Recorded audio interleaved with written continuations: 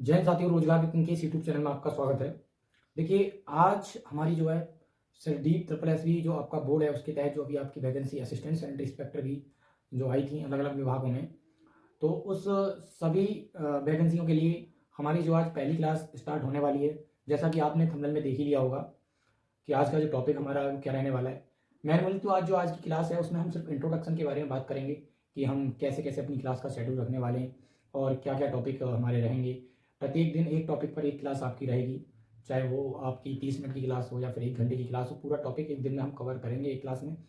तो पूरे शेड्यूल के बारे में और पूरे क्लासेस के बारे में, किस प्रकार से क्लासें आपकी चलेंगी और कितना आप क्लासों को जो है प्यार देते हैं, किस प्रकार से आप उनको समझ पा रहे हैं या नहीं, ये सारी जानकारी के लिए आज ये पहला जो वीडियो आपका रहने वाला है। तो इसमें हम एक छोटे से टॉपिक पर भी बात करेंगे जो आप थंबनेल पे देख भी रहे होंगे, स्वास्थ्य का परिचय। एक छोटा सा ही टॉपिक है, इसके बारे में भी बात करेंगे और साथ में ही आज जो हमारी पूरी क्लास का क्या शेड्यूल, क्या इंट्रोडक्शन, सारी चीज़ें हम बात करने वाले हैं। तो जो भी साथी हमारे चैनल पर नए जुड़े हैं या जिन्होंने अभी तक चैनल को सब्सक्राइब नहीं किया है, तो आप सभी से अनुरोध है कि चैनल को सब्सक्राइब जरूर कर दें, क्योंकि आपका एक सब्सक्राइब हमारे लिए बहुत बड़ी हिम्मत का काम करता है। जब तक आप हमें सब्सक्राइब नहीं करेंगे, जब तक आप हमें सपोर्ट नहीं करेंगे, तो हमारे काम करने का या फिर आपके लिए जो मेहनत मैं कर रहा हूँ वो करने का कोई फ़ायदा, कोई अस्तित्व नहीं रह जाता है। ठीक है, तो चलिए, आज आपसे आशा है कि आप क्लास को पूरा देखें और पूरा देखने के बाद फिर डिसीजन लें कि क्लासेज कैसी लगी। आज ही की क्लास में आपको थोड़ा अनुभव हो जाएगा कि आगे, देखिए आज की जो क्लास है, मैं आशा करता हूँ कि आज की क्लास देखने के बाद आगे की जो क्लास है इससे भी और ज़्यादा बेहतरीन बनाने की कोशिश करूँगा। आज पहली क्लास है, थोड़ा डिस्टर्बेंस हो सकता है, थोड़ी आवाज़, आज मेरा स्वास्थ्य भी ठीक नहीं है तो थोड़ी आवाज़ में भी दिक्कत हो सकती है, लेकिन कोशिश रहेगी कि आगे से हमारी क्लासेज और ज़्यादा बेस्ट तरीके से आएँ। तो बहुत डीपली जो मैं क्लासेज में आज समझाने वाला हूँ वो आपको बहुत ही डीपली चीज़ें, बिल्कुल थ्योरी में हम जो क्लासेज लेके चलेंगे, थ्योरी बेस्ड क्लासेज रहेंगी हमारी। कोई शॉर्ट तरीका नहीं, बिल्कुल लॉन्ग तरीके से हम पढ़ाई करेंगे जिसमें आप पूरी थ्योरी अच्छे से समझ सकें। क्योंकि मैंने बहुत सारे एग्जाम्स जो है देखे हैं, sanitary inspector, health inspector, diploma के, तो सभी एग्जाम्स में क्या हो रहा है आजकल जो बोर्ड है वो शॉर्ट क्वेश्चन ना पूछ करके थ्योरी बेसिस से क्वेश्चन ज़्यादा पूछ रहे हैं। क्वेश्चन जो आ रहा है डिप्लोमा से वो लेंथी क्वेश्चन, यानी कि थ्योरी से क्वेश्चन निकल के आ रहा है। तो अगर हम थ्योरी को सही से नहीं पढ़ेंगे तो फिर वहाँ पर हमें दिक्कत होने वाली है पेपर में, ये क्लियर है। ठीक है, तो हम बिल्कुल थ्योरी बेस्ड बात करने वाले हैं। ठीक है, तो देखिए आज का जो टॉपिक है हमारा वो है स्वास्थ्य का परिचय। ठीक है, किस टॉपिक पर बात करने वाले हैं? आज हम बात करने वाले हैं स्वास्थ्य के परिचय के ऊपर। हम जो बात करेंगे वो है हमारा आज का स्वास्थ्य का परिचय। ये स्वास्थ्य का जो परिचय है, उससे पहले मैं आपको बता दूं कि हमारा जो स्वास्थ्य है उसको हमने दो भागों में डिवाइड किया है। एक तो आपकी हेल्थ और दूसरा है पब्लिक हेल्थ। ठीक है, एक क्या हो जाएगा आपका, एक तो हो गया आपका स्वास्थ्य और दूसरा क्या हो जाएगा, एक है आपका स्वास्थ्य और इसका दूसरा भाग होता है सार्वजनिक स्वास्थ्य, जिसको हम पब्लिक हेल्थ इंग्लिश में बोलते हैं। ठीक है, क्या हो जाएगा, सार्वजनिक स्वास्थ्य।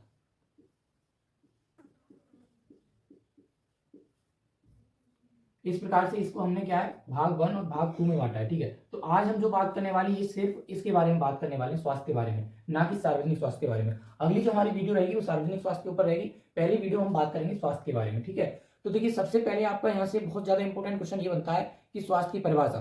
स्वास्थ्य की परिभाषा किसके द्वारा निर्धारित की गई है? तो स्वास्थ्य की परिभाषा WHO जो हमारा विश्व स्वास्थ्य संगठन है उसके द्वारा एक स्वास्थ्य की परिभाषा निर्धारित की गई है, जो है इस प्रकार की, अच्छा स्वास्थ्य मतलब WHO कह रहा है कि अच्छा जो स्वास्थ्य है आपका, हम उसको स्वास्थ्य नहीं कह सकते कि अगर हमें कोई बीमारी नहीं है, हम बिल्कुल शारीरिक तरीके से बिल्कुल तंदुरुस्त हैं और हमारे अंदर शरीर में कोई बीमारी नहीं है, तो उसको हम स्वास्थ्य नहीं कहेंगे। एक अच्छा स्वास्थ्य मतलब सिर्फ बीमारी या शारीरिक दुर्बलता की अनुपस्थिति ही नहीं, अपितु मानसिक, सामाजिक और आध्यात्मिक रूप से भी स्वस्थ होना है। जो WHO विभाग है हमारा, उसको कहना है कि अच्छा स्वास्थ्य, हम अगर कहें एक अच्छे स्वास्थ्य की परिभाषा की बात करें तो अच्छे स्वास्थ्य की जो परिभाषा है वो ये है कि अच्छा स्वास्थ्य मतलब सिर्फ हमारे शरीर में कोई बीमारी या फिर हमारे शरीर को तंदुरुस्त होना ही स्वास्थ्य नहीं है, बीमारी ना होना ही स्वास्थ्य नहीं है।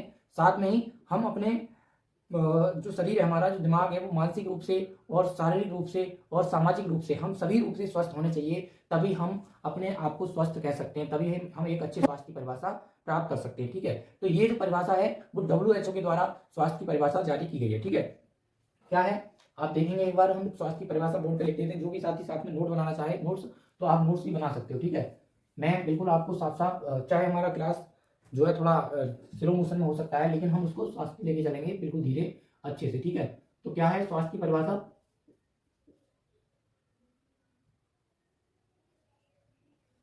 देखिए थोड़ा लिखने की क्या है जो है गति धीरे हो सकती है, लेकिन हम पूरा फोकस करेंगे कि एक एक चीज आपको समझ में आए। देखिए स्वास्थ्य की परिभाषा जो WHO के द्वारा दी गई है वो मैं आपको लिख रहा हूँ। अच्छा स्वास्थ्य, WHO का कहना है कि अच्छा स्वास्थ्य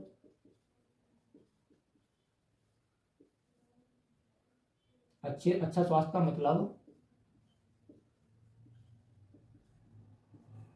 अच्छा स्वास्थ्य का मतलब सिर्फ बीमारी या शारीरिक दुर्बलता, सिर्फ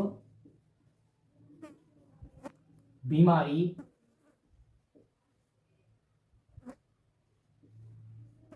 या शारीरिक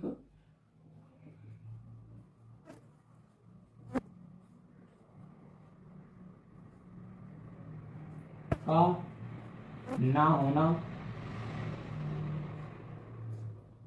ना होना ही नहीं है, बल्कि हम मानसिक तथा सामाजिक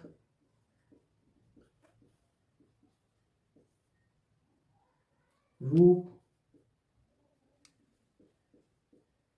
से स्वस्थ होने चाहिए। ठीक है, तो स्वास्थ्य की परिभाषा क्या है डब्ल्यूएचओ के साथ? डब्ल्यूएचओ कहता है कि अच्छा स्वास्थ्य का मतलब सिर्फ बीमारी या शारीरिक दुर्बलता का होना ही नहीं है, बल्कि साथ ही साथ क्या, हम मानसिक रूप से भी और सामाजिक रूप से और आध्यात्मिक तरीके से भी हम क्या होने चाहिए, स्वस्थ होने चाहिए। तब एक व्यक्ति पूरी तरह से क्या माना जाएगा, स्वस्थ माना जाएगा। ऐसा नहीं कि हमारे शरीर में कोई बीमारी नहीं है या फिर हम शरीर से दुबले पतले नहीं है तो हम पूरी तरह से कह सकते हैं कि हम पूरी तरह से स्वस्थ हैं। इसका मतलब बिल्कुल ही स्वस्थ नहीं माना जाएगा। स्वस्थ कब माना जाएगा, हम अपना स्वास्थ्य जो है वो अच्छा कब बता सकते हैं, जब हम मानसिक तरीके से, शारीरिक तरीके से और बीमारी की तरफ से और अपने सामाजिक और आध्यात्मिक तरीके से बिल्कुल पूरी तरह से स्वस्थ हों, तब हम अपने आप को क्या है, अच्छे स्वास्थ्य में दर्शा सकते हैं। ठीक है, तो ये होगी आपकी स्वास्थ्य की परिभाषा। इसके बाद इसका जो अगला टॉपिक है वो है स्वास्थ्य की जिम्मेदारी। हम कह सकते हैं, देखिए यहाँ से आपका एक टॉपिक बनता है कि स्वास्थ्य की जिम्मेदारी, जो हमारा स्वास्थ्य है इसकी जिम्मेदारी किसकी है, अपने स्वास्थ्य को सही रखने की जिम्मेदारी किसकी है। तो बताइए, इसको आप सभी जानते होंगे कि स्वास्थ्य की जिम्मेदारी किसकी होती है। अगर हमें अपना स्वास्थ्य सही रखना है तो इसकी जिम्मेदारी किसकी है, सर्वप्रथम किसकी है, हमारी स्वयं की। स्वयं हम अपने आप को स्वस्थ रखें। ठीक है, दूसरा नंबर पे क्या आता है, इसके बाद राज्य सरकार, इसके बाद किसकी है, राज्य सरकार की। ठीक है, किसकी, राज्य सरकार। और तीसरे नंबर पे आपका आएगा क्या, केंद्र सरकार। ठीक है, केंद्र सरकार।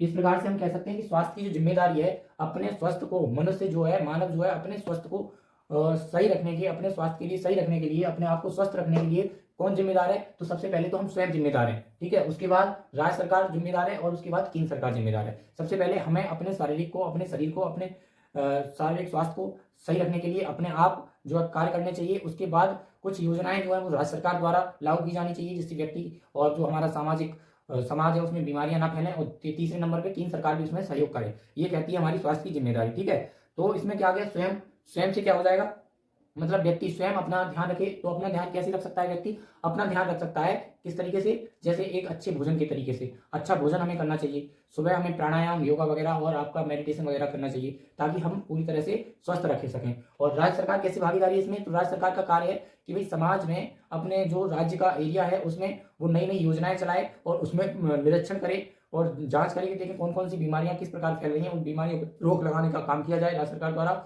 और हो सके तो उसमें फिर तीसरे नंबर पे केंद्र सरकार को भी योगदान देना चाहिए। अगर जैसे कोई बड़े स्तर पर बीमारी फैल रही है तो केंद्र सरकार को भी उसके लिए आगे आना चाहिए, उसमें सपोर्ट करना चाहिए। ये होती है स्वास्थ्य की जिम्मेदारी। ठीक है, तो स्वास्थ्य के यहाँ से आपका क्वेश्चन बनता है कि बताइए स्वास्थ्य की जिम्मेदारी किस किस की है। तो आपको तीन ऑप्शन मिलेंगे, एक में दे देगा स्वयं की, दूसरे में दे देगा राज्य सरकार की, तीसरे ऑप्शन में देगा कि केंद्र सरकार की, चौथा ऑप्शन होगा ये सभी। तो आपको कौन सा ऑप्शन लगाना है, आपको लगाना है ये सभी। यानी कि स्वास्थ्य की जिम्मेदारी स्वस्थ रखने की किसकी है, हम तीनों की है, यानी कि स्वयं की, राज्य सरकार और केंद्र सरकार, तीनों की। ठीक है, तो इस प्रकार ये टॉपिक हमारा क्लियर हुआ। इसके बाद हम बात करते हैं स्वास्थ्य का वर्णन। जो स्वास्थ्य हमारा, उसका वर्णन अगर हम करें, स्वास्थ्य को कितने भागों में हम बांट सकते हैं, एक अच्छा स्वास्थ्य क्या होता है और एक खराब स्वास्थ्य क्या होता है। ठीक है, तो हम इसका अंदाजा कैसे लगा सकते हैं कि अच्छा स्वास्थ्य क्या है और बुरा स्वास्थ्य क्या है, स्वास्थ्य का वर्णन। इसके बाद अगला जो पॉइंट है हमारा, ये है आपका स्वास्थ्य का वर्णन।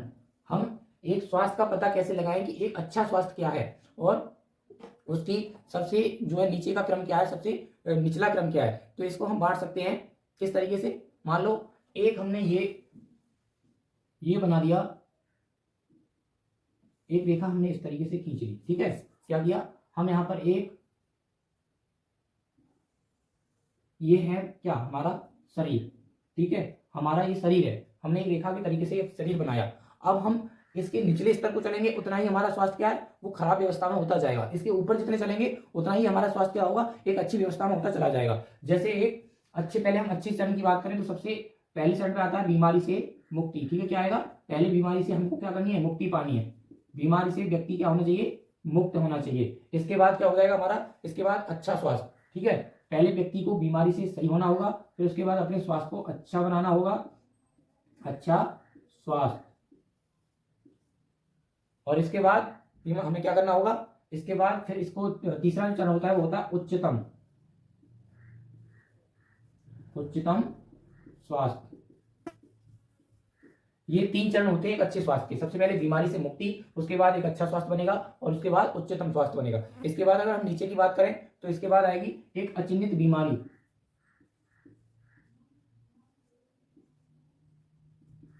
क्या आएगी, अचिन्हित बीमारी। उसके बाद क्या आएगा, इसके बाद आपका नीचे हल्की बीमारी, फिर गंभीर बीमारी, और उसके बाद क्या हो जाती है, मृत्यु।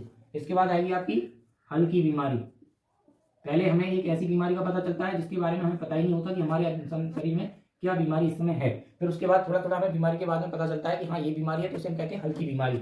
इसके बाद होती है एक आपकी क्या, गंभीर बीमारी। जैसे बीमारी क्या है, फिर वो गंभीर रूप ले लेती है और उसका लाइलाज हो जाता है, मतलब उसका इलाज कराना असंभव हो जाता है, ठीक है, तो इसको कहते हैं गंभीर बीमारी। और उसके बाद क्या होती है, फिर हो जाती है व्यक्ति की मृत्यु। तो ये क्या है, इसे हम कह सकते हैं स्वास्थ्य का वर्णन, वर्णक्रम। ये स्वास्थ्य का वर्णक्रम है। जब अब यहाँ से क्वेश्चन क्या बनता है, यहाँ से बनता है क्वेश्चन सबसे पहले आपसे पूछेगा कि बताइए स्वास्थ्य का सबसे उच्चतम वर्ण क्या है, या सबसे जो अच्छा वर्ण है वो क्या है। तो आपको बताना है उच्चतम स्वास्थ्य, ठीक है, ये सबसे उच्चतम वर्ण है किसका, स्वास्थ्य का। और ये कहेगा कि स्वास्थ्य का सबसे निचला बिंदु क्या है, जो स्वास्थ्य का सबसे निचला बिंदु क्या हो जाएगा आपका, मृत्यु, ठीक है। ये 2 क्वेश्चन यहाँ से पूछे जाते हैं। पहला क्वेश्चन आपसे पूछेगा कि बताइए स्वास्थ्य का जो है, स्वास्थ्य का जो सबसे उच्चतम बिंदु है वो क्या है, तो हम क्या बताएंगे, उच्चतम स्वास्थ्य। और फिर पूछा जाएगा ये बताइए स्वास्थ्य का सबसे निचला बिंदु क्या है, तो मृत्यु। और स्टार्ट कहां से होंगे, ये क्या है, हमने क्या बनाया, ये बनाया हमने व्यक्ति, ठीक है। यहाँ हमारा व्यक्ति है, उसको पहले थोड़ी सी ऐसी बीमारी होती है, हल्की बीमारी, जिसका उसको पता ही नहीं होता है कि हमारे अंदर क्या बीमारी है, वो टाल टूल करता रहता है।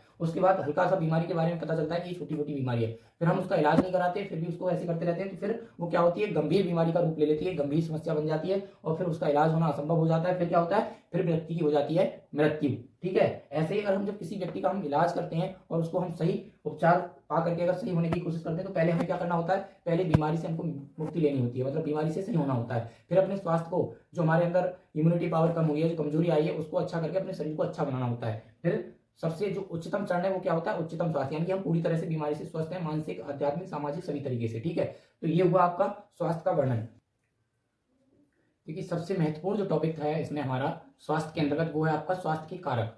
स्वास्थ्य किन किन कारकों पर निर्भर करता है, मतलब जो हमारा स्वास्थ्य है, हमारी जो हेल्थ है, वो किन किन कारकों पर निर्भर करती है, उसके अच्छे होना या उसका बुरा होना किन बातों पर निर्भर करता है। हमारा स्वास्थ्य अगर खराब हो रहा है तो किस कारण हो रहा है, और अच्छा है तो किस कारण है, मतलब ये इसके कौन कौन से कारक हो सकते हैं जिन पर हमारा स्वास्थ्य निर्भर करता है। तो ये सबसे मेन इंपॉर्टेंट टॉपिक है जो मैंने आपको लिखा है। इसके 6 प्रकार होते हैं, ठीक है। स्वास्थ्य के कारक कितने, 6 प्रकार है। हमारा जो स्वास्थ्य है वो 6 प्रकारों से निर्भर करता है, 6 प्रकारों पर निर्भर करता है कि हमारा स्वास्थ्य अच्छा है, या फिर हमारे स्वास्थ्य में हमें जो कोई बीमारी अगर लग रही है तो कैसे लग रही है, कैसी बीमारी है, वो किस प्रकार हुई है और क्यों हो रही है। तो ये सारी चीजें हमारी कितने, हमने उनको कितने भागों में बांटा है, 6 भागों में बांटा है, ठीक है।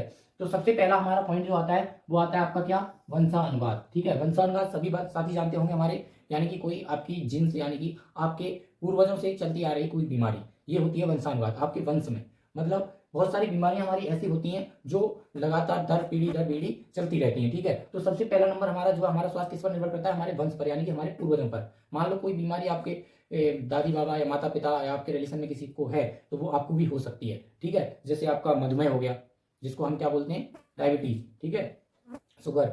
और जैसे आपका शारीरिक असमानता, मतलब कोई आपका शरीर का अंग भंग हो जाना, तो ये क्या है। और जैसे आपकी मंद बुद्धि होना, तो ये कुछ बीमारियां ऐसी हैं जो आपके शरीर में आपके जिन्स के अनुसार, आपके पूर्वजों के अनुसार आपकी जिन्स में चलती रहती हैं, ठीक है। जैसे मैंने आपको बताया मधुमेह, डायबिटीज हो गया, और आपका शुगर, ये होता ही है। और इसके बाद आपका मतलब शरीर के अंदर विकलांगता वगैरह, कोई आपके शरीर का अंग भंग होना, या फिर आपका मंद बुद्धि होना, शरीर की जो बुद्धि होती है हमारे मानव सब में, वो मनुष्य के जिस पर भी निर्भर करती है। ठीक है, अगर आप में आपके परिवार में पहले भी कोई मंद बुद्धि है तो हो सकता है कि आपकी जो बुद्धि हो वो भी कमजोर हो।